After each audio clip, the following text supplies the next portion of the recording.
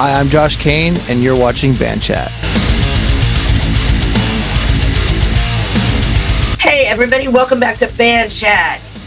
You guys know me, I'm Bonnie, lead singer for Innocence Torn. And I'm James Freemuth, lead guitarist, searching for tone that always sounds like crap. And welcome to part 2 with our interview, our sit-down chat with Matt Miller, everybody. Thank you for having me. Thank you so much for coming on back. We do appreciate it. How are you doing today? I'm doing good. It's not as warm as I would like it to be, but it didn't rain, so I'm not doing bad. No. Fair. Well, yeah, agreed. Well, we had a birthday party. Right. Yeah, in the rain. They were troopers, though. They actually went out there in between rain spells and had the pool party, and it was a lot of fun. So kids don't care if pneumonia is a big deal to them. So right, exactly, yeah. Who in cares? Band Chat, we really got to sit down and really kind of just take a little dive into all that is to be Matt Miller. So just a little bit of a recap. You're like a phenom when it comes to being a guitarist. You're a hired gun. We know we've hired you ourselves. And we kind of got into a little bit about how you became a guitarist, when you started, and all that stuff. Sure. We had such an interesting conversation. I really wanted to continue it because we were just about to start talking about your recording process, because you have several albums of your own. I know I own a couple of them. Thank you. But you don't just go into somebody else's studio. What is your process for recording your art at this point? I usually like anybody else, I'll come up with an idea on the guitar, and then I'll put my guitar away, and then I'll just write it with notation, and I won't touch my guitar because I don't want to keep doing the same thing over and over again. And it's hard not to do that, just as an artist, right? Or for anybody, any medium. But so I'll put my guitar away and I'll just sit down and start making melodies and stuff just off the top of my head just to see how it sounds. And then after that, I'll program some drum beats and stuff, so that way I start thinking differently rhythmically as well. And I think that once I started doing that, I stopped repeating myself as much. I mean, we're always going to have our inflections and our influences and our styles and stuff, but that's kind of my process. So I'll write a riff on the guitar or a melody, notate it all, and then I'll start just kind of building around that. And a lot of times, especially playing instrumental music, you can get a lot of mileage out of one idea because there's usually a chord progression that's behind it, and then it's kind of okay, if I change the order of these chords or anything like that or stuff like that. So I usually just write a melody first or a riff and then just kind of see where it goes. And I usually have a preconceived notion, sometimes based upon what I've already laid down, but it just kind of depends. And sometimes you take twists and turns, and I think that notating stuff's really, really cool. But when I record solos and stuff for other people, I just kind of listen to the song, figure out if there's timestamps, what they want, and what's the feel of the song and what I can do to add to it, instead of just kind of, sometimes, like I said in the past, less is more, believe it or not. But it's kind of my process is just kind of hearing stuff and then trying ideas, and then just kind of I'll record multiple tracks of different ideas and just kind of see how it fits the vibe of the song, and then kind of go from there. And even with my own music's that way. And going to other people's, and I do all that stuff at home, of course, but I go to other folks' studios and stuff too, and it's the same process. It's just that when you're home, you have the luxury not to have somebody looking over your shoulder going, "Come on, man, hurry up." Right. True. So do you do all your own mixing and mastering of your songs as well?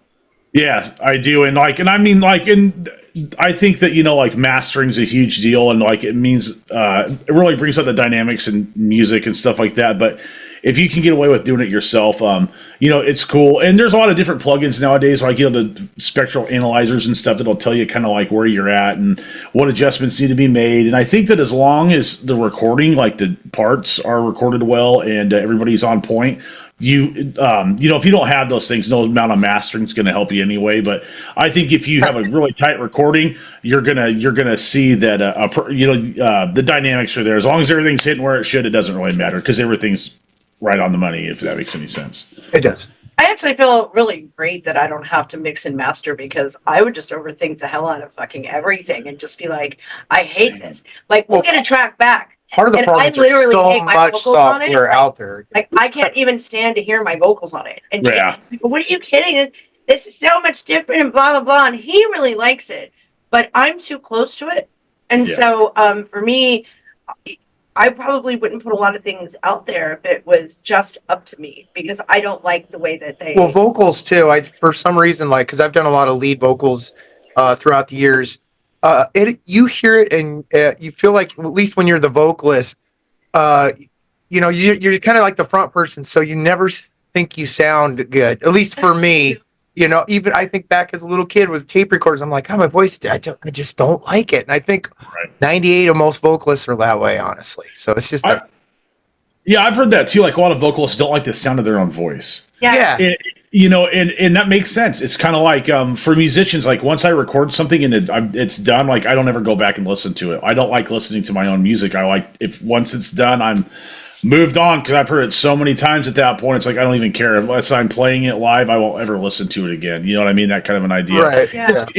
And I think that even guitar players can be that way too. And I think that's the whole idea of like, man, I don't like the way this sounds because I'm just repeating myself or just it sounds off or this and that. But having faith in your craft though is, if you put your best foot forward and do your best, I don't think you can lose. But as far as like mixing and mastering is concerned, like you said, there's a lot of different rabbit holes to go down. I mean, plugins, tones, especially nowadays in digital recording with it, being able to do like direct tracks, and there's a million different amps and a million different cabinet Almost too many. Yeah, exactly. And to me, it's like I come from the old school of like if it works, I can use it. You know what I Right. mean? Yeah. And, for me, I find like yeah. 3 or 4 things, Yeah. tone-wise, whatever, and then I just kind of shut the other shit down. It bugs me because I know there's stuff out there, but I'm like, don't go there, James, because you'll 10 years will go by and you'll be like, oh, I got it figured out, So Right. Exactly. And I think mixing and stuff, like there's rabbit holes and there's this and that. And I think at a certain point, like you gotta, like I had to learn to like step back from it. You know what I mean? Like you can't sit there for hours on hours and hours and turn knobs or adjust sliders in your DAW because it's going to start. You won't be able to tell the difference anymore. I wouldn't do that, would I, Bonnie? No. I only was doing that today. Right, and it's like you'll start noticing those changes only if they're drastic changes, and that's when you can start messing stuff up. And it's just kind of like ear fatigue is a real thing, and that's why it's nice to hire other people to do it. Though it's because they know what they're looking at. And a lot of times, your ears are always the judge, but like some folks, they can just like look at how the stuff's analyzed and know exactly what they need to do to fix it. And mastering and mixing are both two different, trains of thought and stuff like that. Right, so, right. If I would implore anyone, if you can, get somebody to master your album and even mix it but if you have to do what you got to do, there's a lot of good YouTube stuff out there. And there's a plugin that I got a couple of years ago called the Infected Mushroom Pusher. And they're like an electronic band. It was a Waves plugin. It was like $29, but man, that thing works great as a mastering plugin. Just like that's the only thing I use on my main bus, but I mean, there's other great mixes out there by the people that sound better. But if you're low on dough, it's the way to go, man. I'm telling you. Gotcha. That's cool. It's amazing to me that we've gone from where the Beatles were recording like in a at the time it was a shitty studio. I mean, it was beautiful on the inside, but right, it's all on analog, like mag tapes, and that whole process. I think it's a deeper, warmer sound. Personally, I prefer analog. That's just me. I don't prefer running it, but I'm one of those that actually likes the sound of a tape if it's not stretched out because there's a depth in it that you gets lost with compression. I think digital sometimes makes it too perfect, but that's me. I'm just one of millions. Which we've completely changed over, and now like we totally rely on this. And now, studios are going back though; they're doing both. Well, as I'm saying that, I'm watching the trend of the industry to now go back to people wanting vinyl. They want to not just the vinyl, but some of the the boards, like Greg. He's got that. It's literally $1 million board, and this thing's older than fuck. We're talking old knobs and shit. Stuff like you would see Fleetwood Mac record on, but it's badass. And he has his new stuff too, but he uses them both because they have different. They bring different things to the table. So. Yeah, and like most of those those plugins, like the SSL one. Like they're modeling like a real console, or like the Neve plug-in one, like that Neve console, like you brought up, like Fleetwood Mac, that Rupert Neve. That guy's the one that also started like Focusrite for they make audio interfaces and stuff like that. So, they're emulating things all the time, like those legendary pieces of gear. But I mean, if you can't go to a studio, plugins work. But I think that we've like with digital recording, especially like having a million tracks and this and that, you can really make some really cool stuff. But if you can't pull it off, don't. And my philosophy is don't record it. And I mean, I'm in a band that uses backing tracks, and we play to a metronome live, and I wouldn't have it any other way. I mean, depending on your medium, of course, but like once you get used to playing in time and stuff like that, to me, it's helpful because it kind of reins me in. I can rely on that every time. It's just like when I'm practicing at home, it's the same as when I go to Romania or wherever it may be, or to Portland or wherever. It's always going to be consistent, and that's something that I like. But there's something to be said for like playing rock and roll without that kind of stuff. But like digital recording is great. Like the Beatles, they had 4 tracks. Like that was huge. They had 4 tracks. Yeah. And then back in the old days, like they had like the Sympty code machines, and like they had to like align all the tape recorders together. And I remember reading this interview like back in the day, like death metal, like the thing was like, oh, these guys are like perfect and this and that. And then one dude's like, no, man, we had to get a calculator out. And wherever they used to hit, we'd have to do some math to stop the tape at the right point. Right. Go back and put hits in. So they've been editing stuff, and MIDI technologies like from the 70s too, like the late 70s. So I mean, technology's been around for a really long time, but yeah, it can be a crutch. And I do agree that I think that analog stuff does sound warmer. Vinyl, people want vinyl again, but I think that once the audio or the analog to digital conversion gets better, that I think that's why it's making a comeback, because there's no doubt about it in my mind that digital stuff sounds cleaner. But like you said, it's like almost like 2-dimensional, whereas like vinyl's like 3 dimensions. Right. Like there's like that's in my opinion that's how I would. Well, it's like me going back and forth on amps. Like I was nothing but active pickups, especially EMGs, and I went hardcore in solid state. Then I jumped back into tubes, and now I'm kind of like I want a tube solid state, Right. I prefer the solid states for the clean probably, but for that crunch and that drive, oh no, thank you. That's when I want like the Marshall or whatever. And recently I just got an old school Carvin, and I fucking love it. I love this. It's the XB100. Oh my god. Oh dude, I'm telling you. He bought a 5150 because he had to absolutely have it. Nice. And he had a Marshall, and I mean, but he had to have that too. And now this one, and he comes running in the house earlier today like, did you hear that? I was only on 2. Oh yeah, it's freaking power, and it just destroys any Marshall I've ever played in. And they don't even exist anymore. And I'm like, what? How is this possible? I've read a lot, and they said they were real hit and miss, but apparently I got the badass one because this thing is phenomenal. What do you play on? Probably everything. I use digital stuff, man. Like I do. I think it's. I mean, solid state. Yeah, and modeling stuff, and there's nothing will ever beat a real tube amp. And I've done tours where I've used tube amps, and I've used like Mesa heads or whatever, like a triple rack or sometimes there's too much crunch though. That's the problem I run into. Well, to me, it's like my back doesn't hurt when I have like a small. I'm serious. Like if you're touring all the time, like less is more. If I can take one trip up and on the stage with my guitar and whatever may be in front of me, then that's really cool. I don't use any effects. I don't use any like my signal is really, really simple. Like just an amp, a compressor, and a noise gate, and maybe an equalizer, and that's it. So like I don't even have a pedal board. I use all plugins. And like the last tour that I did, the EU tour that I did, I used one rig was all neural DSP stuff through a laptop, and then because it would run our backing tracks and it'd run our metronome and everything too. And then the other setup I'd use was like a freaking, I'm sorry, my phone's ringing, but what was it? Kemper setup. That was like a PV model. So it's kind of like, it's having the flexibility with the digital stuff's cool, and it's easy to carry. It's easy, if you have to fly somewhere, it's not a pain in the ass. You can put the shit in your carry-on and that's cool. Yeah. We have to have a whole ass band, and it's full of nothing but amps. No, but I know what he's saying. Especially when we go overseas, we'll have to rethink the game because a lot of either rent crap over there and leave it over there, or do like what he's saying, like with the laptop. I know the Kemper, that's like the new game changer. So many people are using that. So it makes sense. And the neural quad cortex is like a standalone deal, but like in Europe, like there was a backline companies, you can rent that stuff too, and like they'll have all of your drums, and you just put it in the back of the trailer. And it's cool, but like with tube amps, so it's like they don't sound the same all the time. No, and they're not very durable. So like if you're like walking into the club with it and hit it against the door, you could be in serious trouble. So. Yep. there's some things to be said for solid state gear. Well, And I and do temperature and weather, I noticed, like with my tube amps, yeah. it has a huge impact. It drives me freaking Right. nuts. So it's like I got it all set up, and now the temperature just dropped 10 degrees, and half my channels sound like ass. So I'm out, Right. like you said, hours, and they're turning knobs and Right.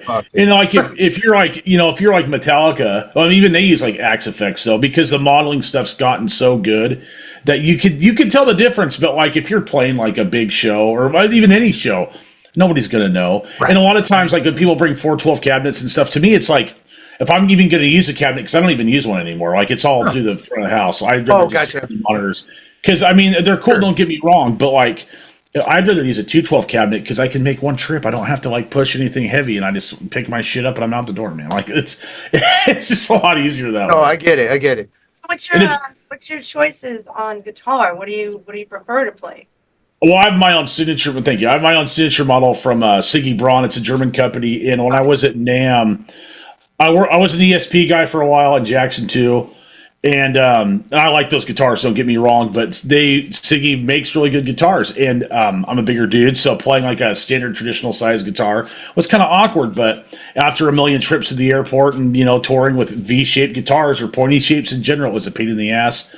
And they make a really really cool Strat style guitar that fit well, and it was awesome, man. I really liked it. So they're like, hey, we'll give you an artist, make you a signature model if you would work with our company. They're a German company. Siggy's been around for a long time, but it makes really great guitars. But so I was like, sure, I really liked them. And so my signature model, this against the wall. Yeah, I've seen, watched a few of your podcasts with that guitar. Sounds great. Thanks, man. Like, the first time I got it was in Romania, so I hadn't even played it before I got it. And so once we started going on tour, I was like, this guitar better work, because the only thing I had with me besides that was a 7-string Jackson Rhodes V, which is a good guitar, but like, they also played. So I was playing 2 different sets a night. So for my own stuff, I wanted a 6-string guitar. The guitar showed up with a backline in Romania from Germany, and it sounds great. It lasted that tour. I've done some other touring with it, and it's a really nice guitar. It's got an EMG scaler. It's 27 frets. 25 and scale, yeah. So it's a really cool guitar, man. It's kind of like an Ibanez Gem, but with a different neck profile. It's not as thin, which I like better personally. Well, you have like a lot of endorsements, don't you? Yeah, I got Siggy Braun's my guitar company. I have EMG pickups. I'm a GHS strings artist, Kaler tremolo artist. Tsunami cable artist, music nomad, equipment care artist, rock lock, strap locks. Those things are awesome. They're super affordable and then are just huge, make a huge difference. And what else? I think that's it. Oh, So that's, I mean, yeah. damn. It's only a laundry list of shit. Equipment's covered, so. well, and that being said, like all those companies, all those people, all the A&R guys, they've all been super, super good to me. And so I'm super lucky, and I'm proud to work with those companies because I actually use the stuff that I'm like an artist with, because for a long time, like I was always searching for a string company, especially like I use Dirty Ball strings all the time. And yeah, that's what I use. Yeah, and they're good strings, but they don't. To me, they kind of lose their brilliance. Yeah, and I found myself, and they sound great when they're brand new, and I like the way they feel like a cheese grater on your fingers. I like that, but like I think I noticed was they get dull super fast. Yeah, and so the GHS strings, they're one size smaller. The first, second, and third string are a little smaller diameter, but the wound strings are thicker cord, and they wind them tighter, so those strings last forever. Like I've probably had the same set of strings on that guitar for like 2 months, and it sounds really. Yeah. And even the tracking I did for you guys so far is those strings are all 2 months. That sounds phenomenal. Yeah, and I like it better that way too because they don't sound like super bright. So I like my sound to be super mellow because I like my strings to be kind of not darker, but just kind of like worn in because I use really thick picks and I pick really hard. So the articulation isn't super clicky because some guys like to use like the nylon picks to kind of mellow that out. But I like the really really strong pick attack. But the worn in string sound, I really like it. It sounds smoother. My problem is I like the sound better with a thick pick, but if I use it, I will bust all my strings. Right. So I'm using a really thin pick, and I hate it, but it keeps me from changing my strings out. It's usually like the lower A string or whatever. It's just guaranteed I'm not going to make it through a show, so I have to. I don't know. You got any advice for that? I mean, Yeah, like if you're using thick picks, man, like I play like close fisted, like you don't have to do this, but I think that like you can have your hand out like this, like. Yeah. But when I pick with my hand closed like this. Huh. So that Okay. way it's more like a precision thing because if you're using a thick pick, you can really choke up on it. I use jazz picks too. And I make good contact with the string, but it's very measured. So that way every movement is about economy. Oh, gotcha. You know what I I mean? use And like, hardly any pick, and believe it or not, I play with my picks upside down because it gives me more of a legato feel. oh, for sure, yeah. But yeah, it's just like hardly any pick at all. But so you're saying if I were to do that like with the fist, I'd have a better. Yeah, you would. You'd have more control, and you wouldn't Okay. have to make as big as like swipes, if you will, or it's just more kind of like a pivoting motion. You know Yeah, what I mean? yeah, okay. And stuff like that. And like like they don't break anymore. They just like mostly unravel. Oh, That's what they'll do is they'll unravel after a while because the windings just get loose Worn and out. they Yeah. exactly. cool. But I don't really break them all the time. But yeah, do you try those JHS strings, man? I know. I will. Yeah, they're really good. The thick core boomers, like that's what I use 6 and 7 string gauges, and they're working for me. So and Wow. I do. You guys tune to like drop C, right? Yeah, or we'll even I'll go down to A sharp. Oh, really? Okay, Yeah. yeah. So nice. Like, so the two songs you sent me, I think they were one was in drop C, but Yeah. for example, like if you're using like I had like two the different tunings on the one that on Rain. Because I yeah, actually have a drop D, and then the other one I think is C on that. So Yeah. C sharp or something like that. Yeah. right. So like if you like, let's say you're using like in a drop C setting, like you're using Ernie Ball strings like 1256s and not even slinkies. Like you're, Yeah. yeah, so like you could go up a gauge with or a thinner gauge with the GHS strings and have more tension with Nice. using less diameter string, and that's what how I would describe the difference. That's what I need to do is I got to find my happy spot, because it's Yeah. only been the last few years I've really started getting into these different tunings, and it's either they're too sloppy or I do a lot of lead work, so I like the lighter gauge, Right. but I get into the heavy, Right. and that's where it's not the little thin strings that I'm breaking. It's always the ones where I'm doing my rhythms that I'm breaking. I almost Right. never break a high E, and I terrorize that string, but yeah, Right. it's always the lower ones. They just go out, boom. Absolutely, yeah, and just being tighter and with the smaller strings you get or More tension. Yeah, exactly, more tension, and like you don't have to pick them so hard. True, I'm not. yeah. I'm not like into this. I'm not like the scraping rhythm guy because I pick super hard. But with these strings and thick picks, they seem to like stay like the tension's there. Nice. In my Nice. opinion. Yeah, that's awesome. I'm gonna have to check it Well, out. he's gonna have Totally, to check dude. that out, and I know he will. Good, yeah, dude. Those VHS strings, I'm telling you, man, they work really, really good. Cool. In my opinion. So it sounds like you've done a hell of a lot of touring and traveling. Where's the coolest place you've ever played? Oh man, that's tough. I'd say, like, just like because like you guys know, like when you're like touring and stuff, you don't really get to see anything. Right. You know what I mean? You can only see what you can see when you're going down the road, and if you're not playing, you're either asleep or you can't wander too far from where you are. Right. So You don't know where you are. yeah, exactly. Well, yeah, or like you gotta like the bus shows up and the load-ins at 2:00, and then Right. and Yeah. then you're by the time you eat dinner, it's already 6:00. The doors are going to open, the show's going to start, so you can't really go anywhere. But that being said, I think the coolest place was probably either Athens, Greece was pretty badass. That was rad. Or I think London was cool, but they're all for different reasons. And I think that I think Poland. I'd say probably Poznan, Poland was the coolest place I ever played because those people go freaking crazy. And Nice. the town was like the historic. Like I'm a history nerd, so like I always want to know where I'm going and what happened there before, in history and stuff like that. And then Poznan, like they have a really cool World War II memorial, and it was really cool. It was really close to the venue, so I had a chance to go check that out, and it was really super rad. But Poland, those people throw down. And I'm super lucky to have gone to all these places, and I'd say in the United States, my favorite place would probably be Orlando, Florida. That was Really? pretty cool. Yeah, Orlando or Now, New York too. City. Yeah, New York City's pretty rad too. Like we played this one place called the Poison Rouge, and it was in downtown Manhattan. I remember standing there going, "Man, I'm some kid from some small town in Oregon, and I'm lucky enough to be here playing in this place." So that was Right? really, yeah. Yes. Hats off. Hats off. Thanks, That's man. Yeah. amazing. Yeah. I mean, It was, you were like the success story that like this is why people get into doing this for the travel, for the for the love of playing, for getting out, right. being places that you can't fathom yourself being. I mean, Until you're out there doing it. yeah, Just it's true. kidding. And it's work, man. It's Yeah. work. It's Yeah, I not don't fun. think people understand how exhausting. No. I mean, even just going from one state to another.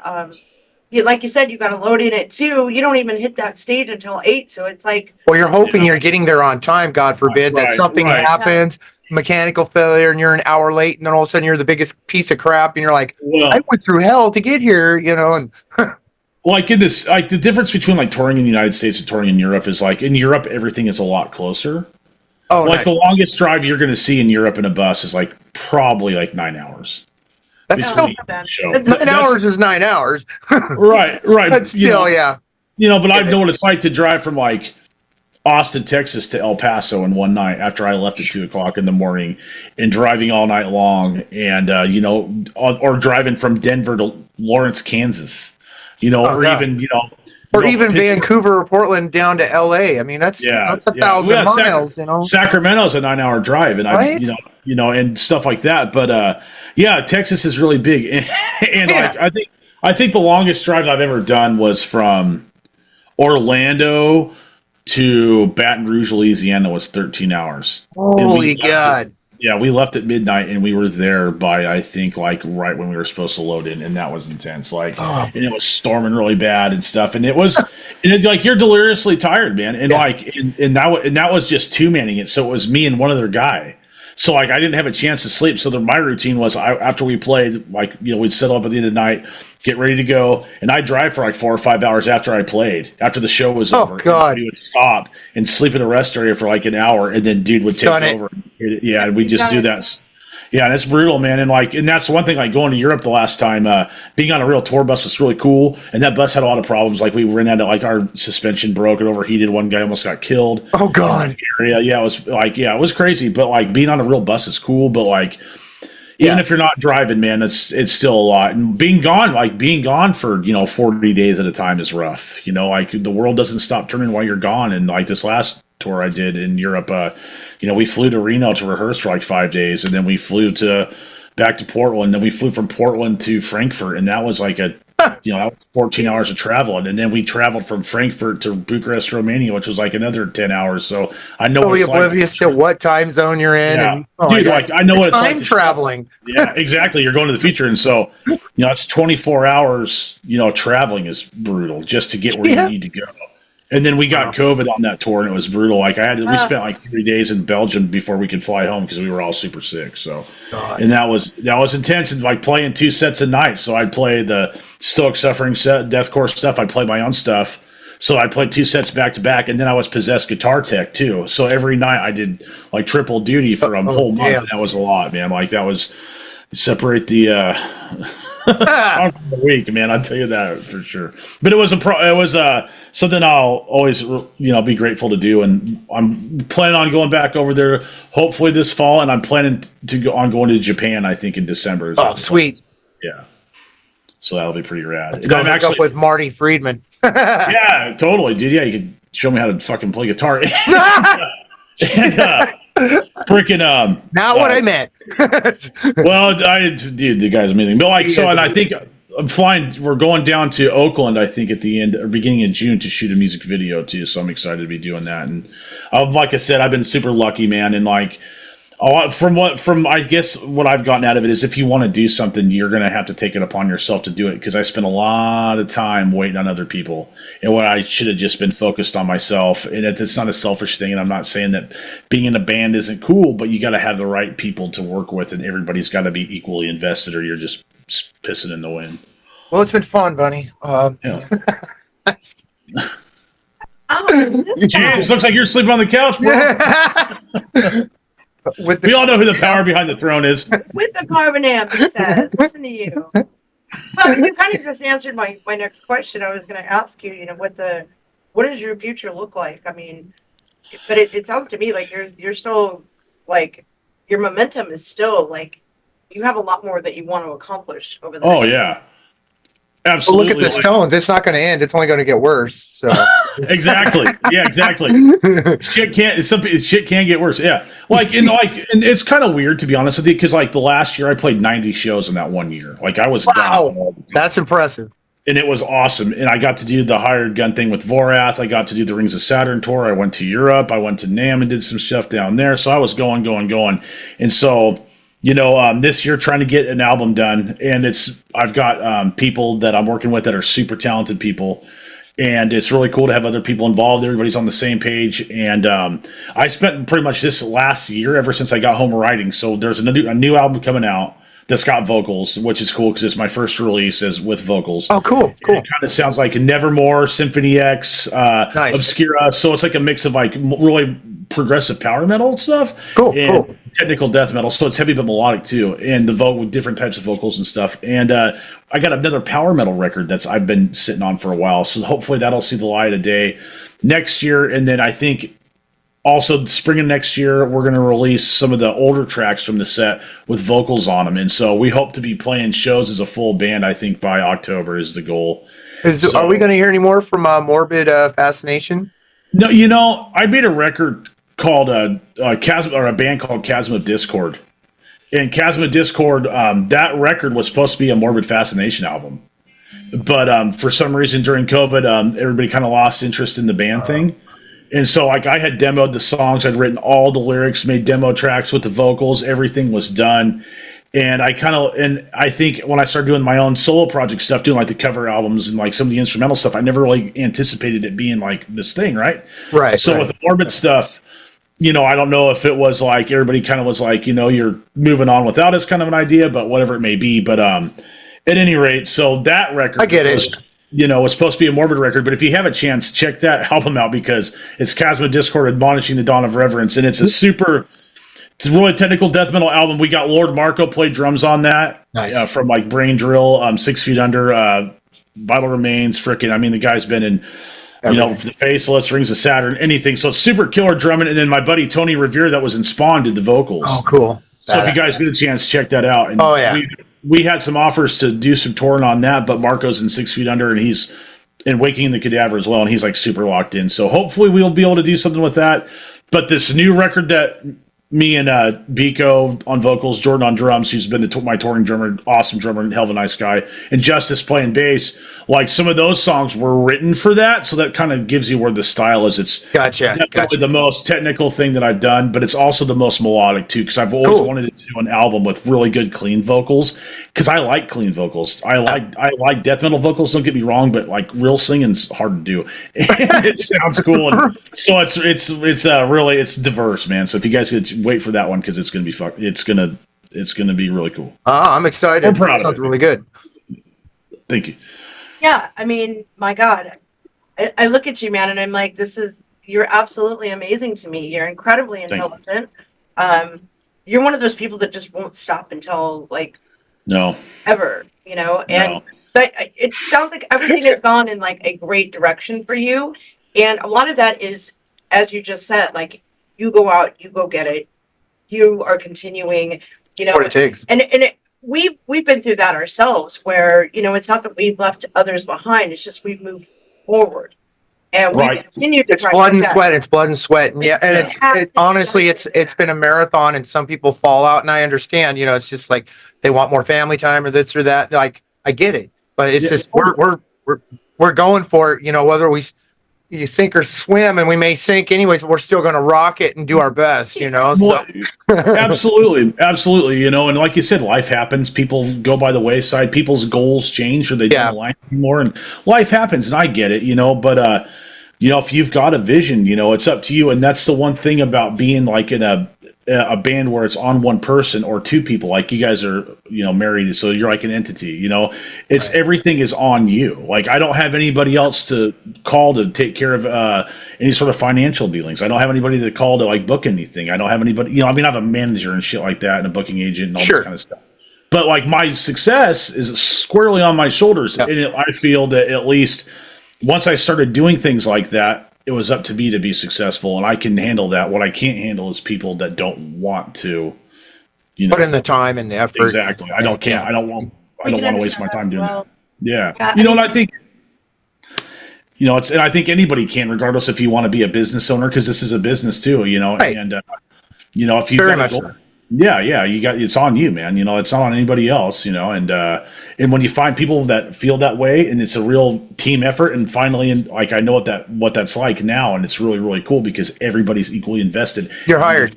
Yeah. When you got a lot of people that are working towards a goal, the best stuff happens. I agree. So I agree. Absolutely. It takes, like we've always said, it takes a village, a small village to make our dream. Raise a band. I get it. Yeah, And absolutely. people do. They come in when they get the effort starts to show and pay off. I've noticed it in our videos and our songs, even if some of the songs we play over and over and over, they're progressing. And then they start becoming other people's songs, I mean, they're like, hey, we'll help you out this. And before you know it, you got 20, 30, 100 people, whatever, that are kind of part of the beast, or other musicians, kind of like you and I or us talking right now. It's a village. Yeah, absolutely. And it is a community too. And like, I like the word community better than I like the word scene. Okay, sure. Because to me, scene is kind of lame. Like, it's like, to me, it almost like devalues what's actually going on here. And that's just my opinion. Like, I don't, I'm not trying to be no, I get it. Hurt anybody's feelings. Because to me, it's like a community. Because because it's like this, man. Like, we're different people at home, and we're different people on a stage.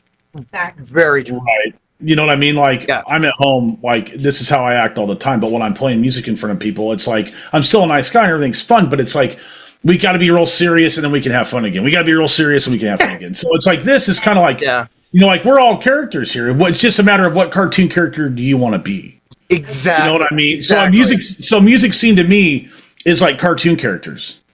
But a community is made of real people. You know what I'm trying to say. Oh, totally. Some people see the canvas, they see the thing you're putting out there. And I've had many people come up to me and they're like, with the glam stuff, whatever I look, and they're like, oh, you've got this big ego, and I'm like, it's a product. When I'm up there, I'm playing the game of Rockstar. When I'm at home, I look like death, and I'm a father with dogs biting at my ankles. I'm like a real person, but on stage, I'm trying to create anything but that.